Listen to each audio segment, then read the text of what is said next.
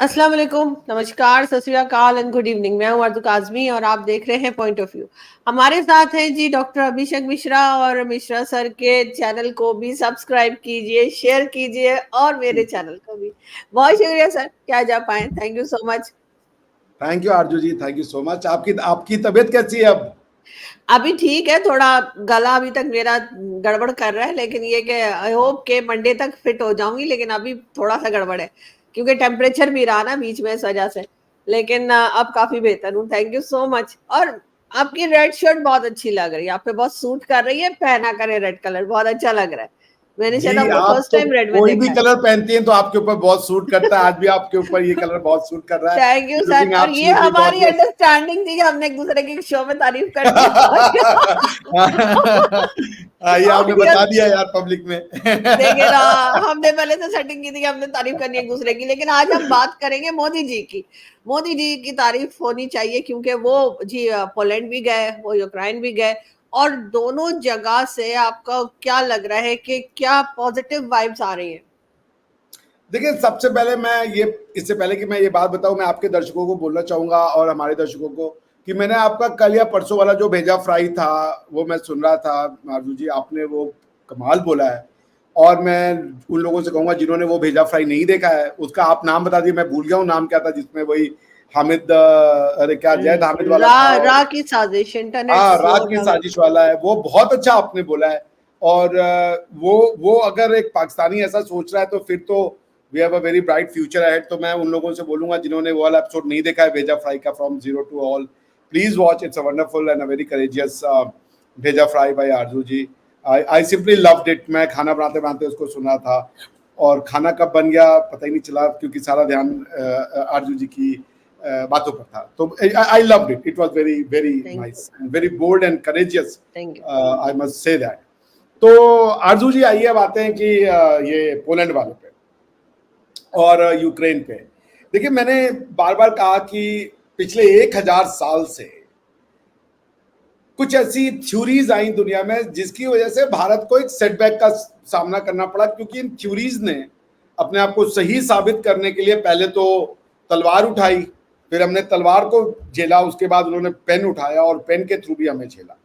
हमें mythology, रूढ़ीवादी, impractical, philosophical और पता नहीं क्या क्या कहा गया हमें, to discredit us, to discredit our lifestyle, to discredit our philosophy. मगर हमारे यहाँ पे हमारी जो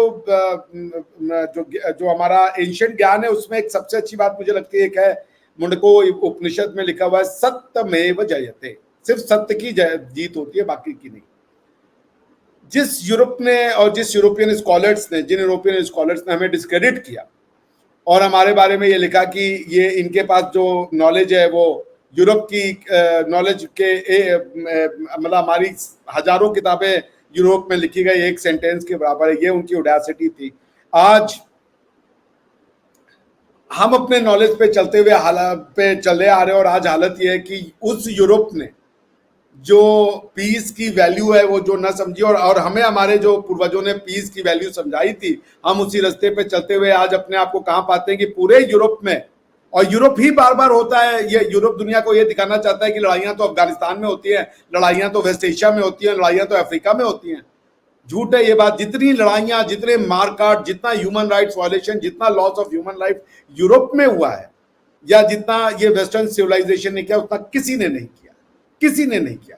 ज्यादा दूर नहीं है, 1945 में, 1931 में जो वर्ल्ड वॉर वन, 1919 में जो वर्ल्ड वॉर वन और वर्ल्ड वॉर टू हुआ, और जो लॉस ऑफ लाइफ हुआ, वो हमारे सामने है।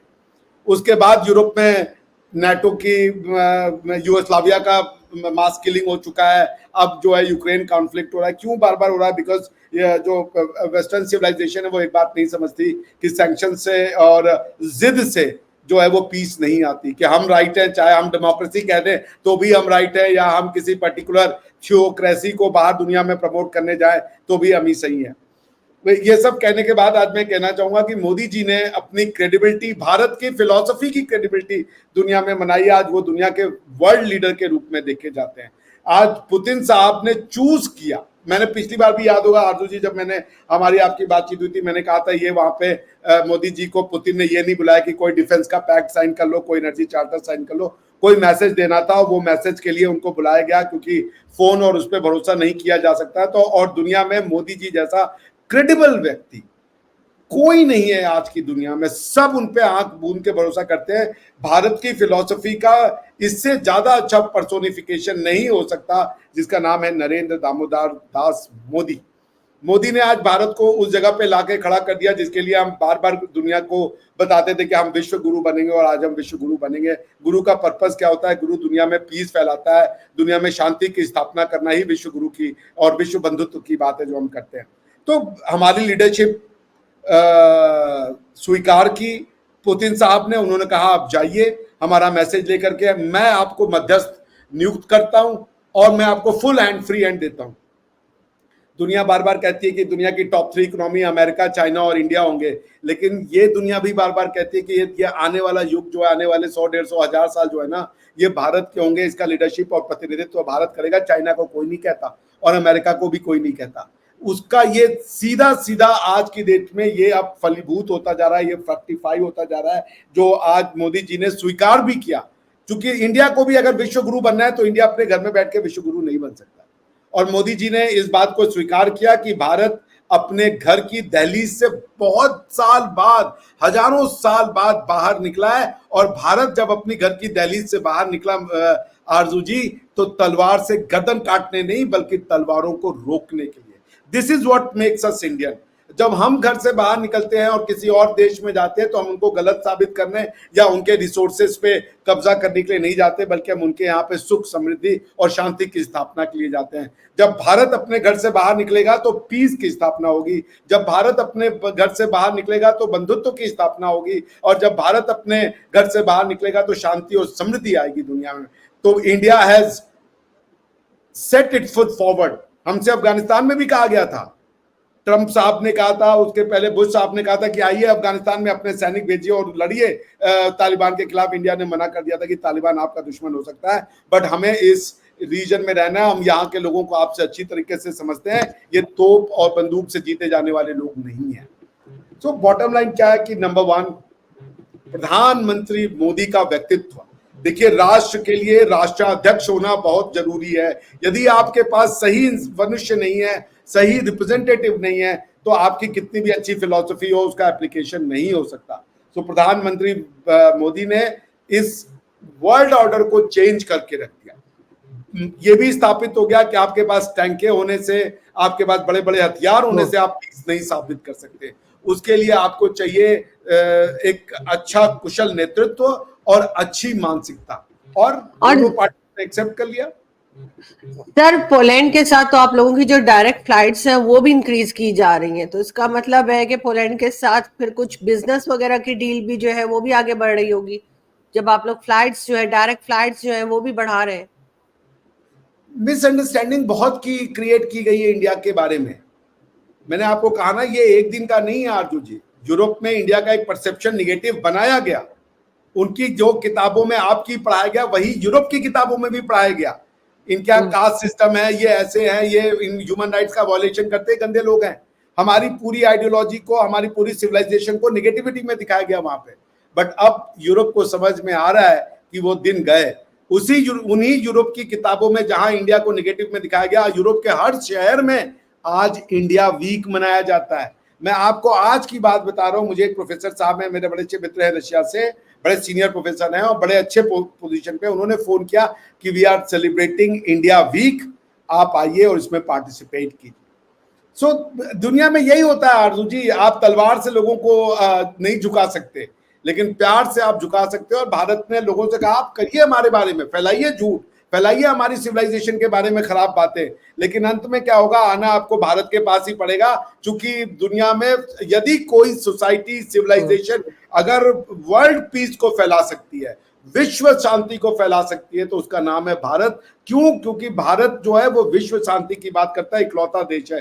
भारत जो है सबकी समृद्धि की जो बात करता है वो भारत है, वो इकलौती सिविलाइजेशन है। भारत सबको भला चाहता है, भारत सबका अच्छा चाहता है। भारत की जब भारत आगे बढ़ेगा ना, दुनिया आगे बढ़ेगी। जब भारत में पीस होगा ना, दुनिया में पीस होगी। जब भारत समृद्ध होगा तो दुनिया समृद्ध होगी। आप चाइना के लिए ये नहीं कह सकते। तो आज पोलैंड हमारे साथ फ्लाइट्स को बढ़ा रहे हैं, उसके बाद ईयू चाह रहा है इंडिया से ज्यादा के ज्यादा कोऑपरेशन हो। वो दिन दूर नहीं जब यूक्रेन में भी यही चीज होगा और ये चीज धीरे धीरे फैलेगी कि इंडिया को वर्ल्ड लीडर के रूप में एक्सेप्ट किया जा चुका है। और प्रधानमंत्री मोदी ने वो जिसे कहते हैं युगांतरी या जिसे कहते हैं ना इपॉक मेकिंग या जिसको कहते हैं पैराडाइम शिफ्ट, वो स्टेप कर ले लिया उन्होंने, जाके ताल ठोक दिया और शंखनाद कर दिया कि भारत हैज अराइव्ड, भारत का युग शुरू हो चुका है, समय आ चुका है कि अब दुनिया की लीडरशिप हमको दे दी जाए बिना तलवार के भांजे हुए, प्रेम से, सबकी सहमति से। और यही हो रहा है। अगर आप समझती हैं अमेरिका अगर नहीं चाहेगा तो भारत इसमें मध्यस्थता या सालिसी जिसको आप कहती हैं वो कर सकता है? कतई नहीं कर सकता। लेकिन सर, भारत ने जो अचीवमेंट ली है आपके ख्याल से, उसमें जो खास बात आपको लगती है वो क्या है? क्या इसकी रीजन ये है कि बिजनेस के ऊपर पीएम मोदी ने बहुत ज्यादा फोकस रखा और इकोनॉमी को आगे लेकर गए? क्या आपको लगता है कि ये एक मेन रीजन हो सकता है जिसकी वजह से अब बाकी यूरोपियन कंट्रीज और सारी गल्फ कंट्रीज इवन इंडिया को इम्पोर्टेंस देने लगे? मैं इसका श्रेय जो आप कह रही हैं कि क्या चीज रही कि इंडिया आगे बढ़ के आया, उसका दो चीजों को श्रेय जाता है। हमारी एंशिएंट विजडम जिसपे हम चलते रहे, और प्रधानमंत्री बिकॉज कुछ गवर्नमेंट्स ने उसको छोड़ दिया था, वो वेस्टर्न जो principles of understanding of government है उससे चलती थी।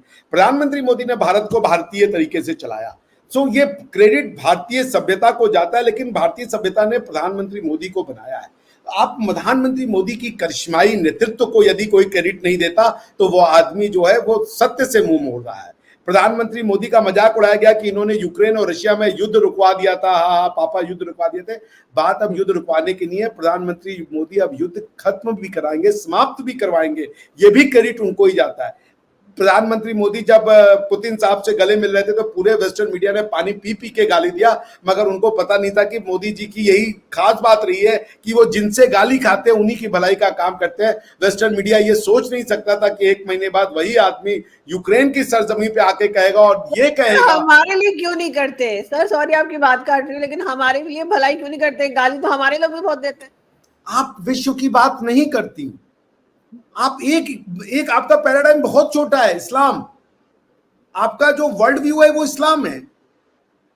पोलैंड में आपको कैसे एक्सेप्ट कर लेंगे? पोलैंड के जो गवर्नमेंट है वो कहती है हम इस्लामिक लोगों को अपने यहाँ एज अ रिफ्यूजी भी नहीं लेंगे। क्योंकि आप तो ये कह रहे हैं ना, कि नेगेटिव लोग बात करते हैं मोदी जी के लिए, तो इसलिए वो उनके साथ उनकी भलाई का काम करते हैं। या तो इमरान खान कहते थे हम तो भारत से बात ही नहीं करेंगे जब तक मोदी रहेंगे। भाई तो वही क्यों नहीं करेंगे? वो भारत को जिस दृष्टिकोण से देख रही हैं। देखिए, आप पाकिस्तानी क्यों हैं? What is Pakistani? आप पाकिस्तानी क्यों हैं? इसका कोई पॉजिटिव डेफिनेशन नहीं है। इसका एक डेफिनेशन है, हम इंडियन नहीं है। हमारा इंडियन सिविलाइजेशन से कोई लेना देना नहीं है। आप कौन हो ये आप नहीं बताते, आप कौन नहीं हो ये आप क्या सबको पता है। जैसे आप भारतीय नहीं हो ये सबको पता है। आप अरबी हो, तुर्की हो, मलय हो, क्या हो ये नहीं पता आपको। तो आप कैसे दुनिया का गोल करोगे भाई?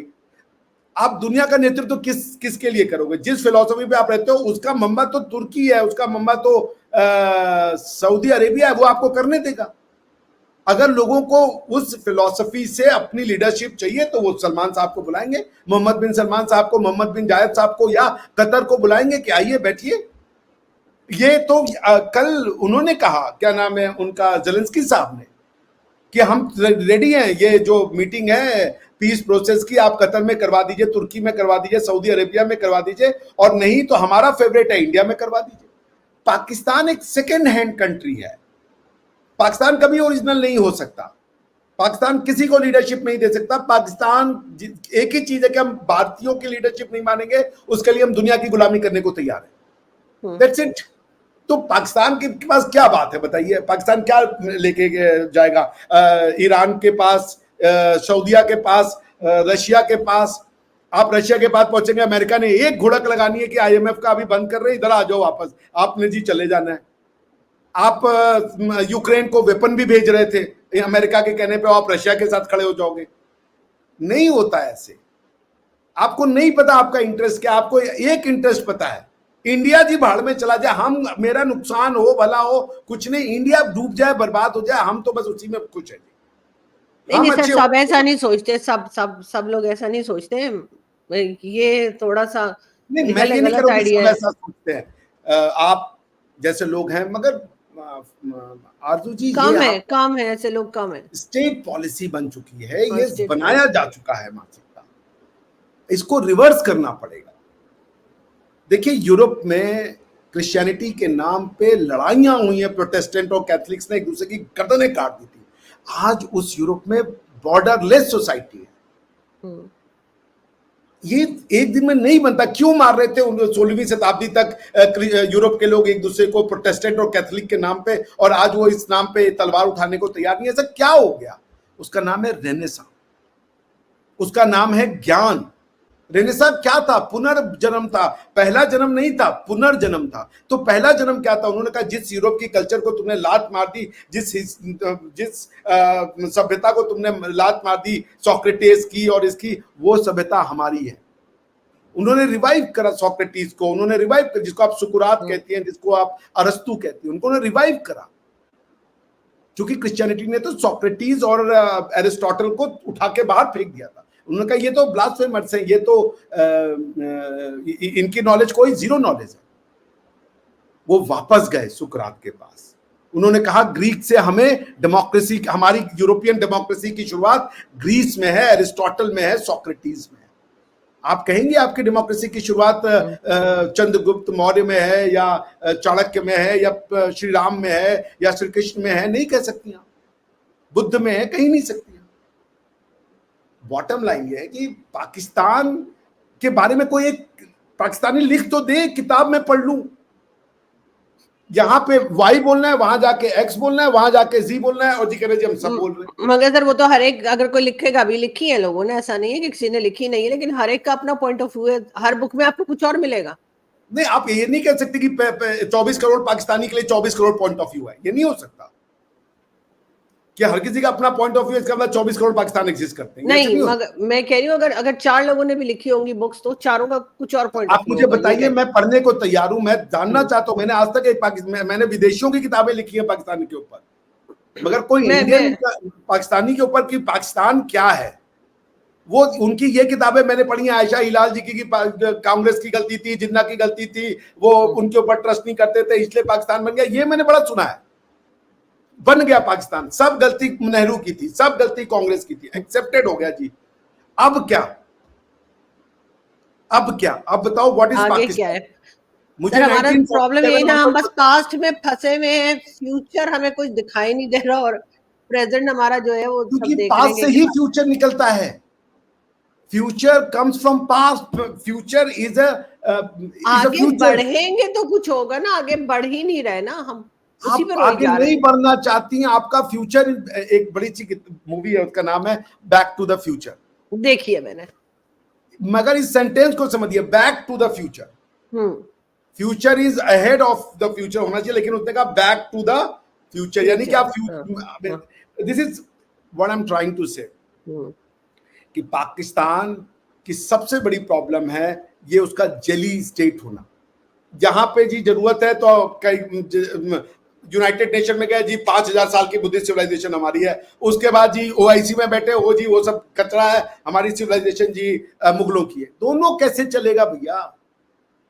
ये स्टेटमेंट जो आपने मोहम्मद अली जिन्ना साहब से ये एक ले लिया गया कि कहीं बोल दिया जी आज से आप सब फ्री हैं, कोई हिंदू नहीं, कोई मुसलमान नहीं, तो बनाया काहे लिए भैया? अगर कोई हिंदू नहीं, कोई मुसलमान नहीं। उसके बाद कह रहे कि नहीं नहीं जी, बंगाल में जाकर के अपनी बंगाली मिटा दो और उर्दू बोलो। अरे भैया काहे मिटाते, बोल दो। ये जो अपॉर्चुनिज्म है, सेल्फ हेट्रेड है, सेल्फ लोथिंग है, ये बंद करना पड़ेगा। मान लीजिए कि इंडियन सिविलाइजेशन गंदी सिविलाइजेशन है, बहुत घटिया, मगर ये आपकी है। मेरे पिताजी, मेरे दादाजी जो परदादा थे, वो बड़े दारू पीते थे, बड़े गंदे लोग थे, पर भाई मैं अपना माँ बाप नहीं चेंज कर सकता। मैं कहूंगी उनके पिताजी ने 4 किताबें लिखी थी, मैं उनको अपना बाप मानूं जाके? ऐसे नहीं होता। आपके पिताजी अच्छे या बुरे, वो आपके ही रहेंगे। Pakistan is searching for daddy. क्या करें सर, सबकी सोच ही ऐसी है, लेकिन हम उम्मीद करते हैं कि आपके जैसे लोगों को लोग सुने पाकिस्तान में, और भी लोगों को सुने, और थोड़ा सा हम ठीक होने की कोशिश करें, और आई होप कि कुछ ना कुछ बेहतर होगा। टाइम लगेगा, रातों रात एक नहीं चीज हो बोलूं जाएगा। आपसे, मैं एक जगह सुन रहा था आपके स्कॉलर्स को, वो ग्रीक से जोड़ दे अपने आप, वो ग्रीस से जोड़ दे कि जी हम तो मतलब they are, one thing is sure for Pakistan के लोगों के लिए कि हम रामायण से नहीं जुड़ेंगे, हम अर्थशास्त्र से नहीं जुड़ेंगे, हम महाभारत से नहीं जुड़ेंगे, हम वेद से नहीं जुड़ेंगे, लेकिन हम, अच्छा हम पंजाबी कहेंगे अपने आप को, क्या पंजाब के बारे में किसी और रिलीजियस बुक में मिलेगा आपको? दुनिया की कोई भी किताब पढ़ ली पंजाब का मिलेगा वहां पे वर्णन, जिस किताब में आपकी हिस्ट्री, आपका कल्चर, आपकी सब चीजें दी हुई हो, जी कह रहे वो हमारी नहीं है जी, वो साडी नहीं है। अब ये मैं सुन के हैरान हो जाता हूँ कि भैया सोक्रेटिस से जोड़ दो, और इंडियन नॉलेज की निगेटिविटी, वो कहते जी इंडियन तो ये क्लेम करते हैं, झूठ बोलते जी, उन्होंने कहा जी हमारे यहाँ ये चीजें थी, अरे वो झूठ भी बोल रहे हो सच भी बोल रहे हो, उनका ही है भाई, जुड़ तो जाओ उससे, वो पढ़ना भी नहीं है, they have not red one thing on India but they know everything about India. मैंने एक बहुत बड़े रिलीजियस स्कॉलर को सुना था, वो इंडियन है, उन्होंने कहा I am a Hindu champion, I am Hindu religion champion, और उनसे एक क्वेश्चन पूछा गया वो वहीं गिर गए। The point is in you claim to know everything about India, on the ground know nothing about India. जो अपने आप को खुद चैंपियन बोले तो वो समझे चैंपियन नहीं है। चैंपियन वो होता है जिसको दुनिया चैंपियन बोले, तब बात होती है। अपने आप को तो कोई कुछ भी क्लेम कर देते हैं लोग, अपने आप को कुछ भी कह देते हैं, जी मैं जी बड़ा इंटेलेक्चुअल, तो भाई दूसरा बोले तब बात है ना। लेकिन खैर सर, देखते हैं कि क्या होता है। सोचिए, मैं एक चीज और बोलूंगा, मेरा बड़ा मन कर रहा है, आरजू जी मैं आपको अपना कैसे नहीं मानूं, आप इलाहाबाद की हैं, प्रयागराज की हैं, there has to be a mentally deranged person जो ये आरजू जी को इसलिए आके गाली दे कि तुम कहती हो मैं इंडिया से प्यार, अरे भाई उनका परिवार की वही जड़ें हैं। मुझे तो, मैं तो जिस किसी के चैनल पे जाती हूँ, नीचे लोग वो मुझे लिखते हैं ना करके, मैं कहती हूँ कि ढूंढ ढूंढ के आ रहे हैं मुझे बुरा भला कहने के लिए। लेकिन खैर कोई बात नहीं, मेरे ख्याल में लोगों को ऐसे ही अच्छा लगता होगा कि किसी का कुछ नेगेटिव ही बोलते रहे। वो तो मैं तारीफ नहीं पढ़ता, मुझे भी अपनी गाली वाला पढ़ती है ना, इससे मैं बड़ा वो रहता हूँ कि हाँ भाई इससे ज्यादा बुरा नहीं हो सकता, लोग इससे ज्यादा गंदा नहीं लिख सकते, मैं इससे क्या है ना नेगेटिविटी में ले जाता। आई लाइक वो आते में मुझे इतनी गालियां, मुझे तो रोज इतनी गालियां पड़ती है ना। एक आदमी मुझे प्लम्बर कह रहा है, यार बताइए मुझे प्लम्बिंग का काम भी नहीं आता है, वो कह रहा है ये अश्लील प्लम्बर अभिषेक। मैंने कहा यार मैं नल तक नहीं जोड़ सकता यार, हद हो गई, मतलब प्लम्बर डिक्लेयर कर दिया यार मुझे, मैं तो बड़ा परेशान। 2 दिन मैंने सोचा यार कि इसने प्लम्बर बोल दिया, मैं कम से कम जाकर ट्राई कर लूं, तो नहीं हो रही मुझसे। तो they are funny thing, let's, हमारा इंटेंशन अच्छा है। मैं मोदी जी की एक बात को बहुत पसंद, उन्होंने कहा कि मुझसे गलतियां हो सकती है, मुझसे भी गलतियां होंगी, मैं कोई भगवान नहीं हूं, लेकिन मेरी जितनी भी विवेक क्षमता मुझे ईश्वर ने, अल्लाह ने दी है, उसके अकॉर्डिंगली मेरा इंटेंशन अच्छा है। बाकी मैं कौन यहाँ पे आया हूं कि मेरे आने से बड़ी चेंजेस हो जाएंगी, लोग मुझे ही चेंज करके रख देंगे, प्लम्बर बना दिया किसी ने मुझे तो कोई बात नहीं, अब आप काम भी सीख लीजिए प्लम्बिंग का, तो ज्यादा अच्छा होगा। मेरा ख्याल ज्यादा कमाई होगी, आई एम श्योर। लेकिन ना यार हद हो गई, आप ये मान के चलिए कि मेरी कमाई इतनी कम है यार, आरजू जी आप जलील कर रही हैं यार। नहीं मैं वैसे कह रही थी, मतलब पार्ट टाइम जॉब भी हो सकती है। अच्छा आप भी कह रही हैं, हाँ बनिए तो प्लम्बर ही। वाह यार आरजू जी, डॉक्टर ले चुका हूं मैं, आप भी एक बार नहीं दोस्त हो तो ऐसे हो, हमारे जैसे दोस्त हो ना, तो बस फिर ऐसे ही हाल होता है। थैंक यू सो मच कि आज आपने ज्वाइन किया सर, बहुत अच्छा लगा आपसे बात करके। Thank you.